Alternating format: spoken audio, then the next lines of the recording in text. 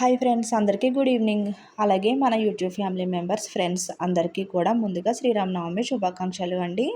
అలాగే మీరందరూ కూడా శ్రీరామనవమి బాగా జరుపుకున్నారని అయితే అనుకుంటున్నాను. మీ ఊర్లో ఎలాగా జరుగుతుందో కళ్యాణం, మీరంతా కూడా టెంపుల్కి వెళ్ళారో లేదో కామెంట్ అయితే చేయండి.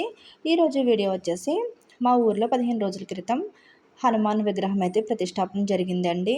నాకు అప్పుడు వీడియో అప్లోడ్ చేయడానికి కుదరక నేను ఈరోజైతే అప్లోడ్ చేస్తున్నాను. ఎలాగ శ్రీరామనవమి కాబట్టి మీరు అందరూ చూస్తారని వీడియో అయితే ఈరోజు అప్లోడ్ చేస్తున్నానండి. వీడియో ఎక్కడ స్కిప్ చేయకుండా చూడండి, చాలా బాగుంటుంది. విగ్రహం కూడా చాలా పెద్ద విగ్రహం ప్రతిష్టాపన చేశారండి. చూసే కొలది ఇంకా చూడాలనిపించే అంత బాగుంది. అలాగే లైటింగ్ కూడా చాలా బాగా పెట్టారు. మా ఊరి రామాలయం దగ్గర లైటింగు, అలాగే రాముల వారి విగ్రహం అన్నీ కూడా ఈ వీడియోలో అయితే యాడ్ చేశానండి. మీరు వీడియో ఎక్కడ స్కిప్ చేయకుండా చూస్తే వీడియో అంతా కూడా చూడొచ్చు అనమాట.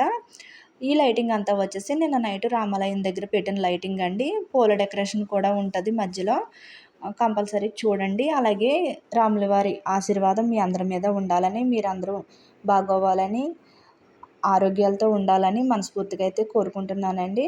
మీరందరూ బాగోవాలి, అందులో నేను కూడా ఉండాలని ఎప్పుడూ అదే కోరుకుంటానండి. అలాగే ఇది వచ్చేసి రామాలయం అండి, రాముల వారి టెంపుల్ అనమాట.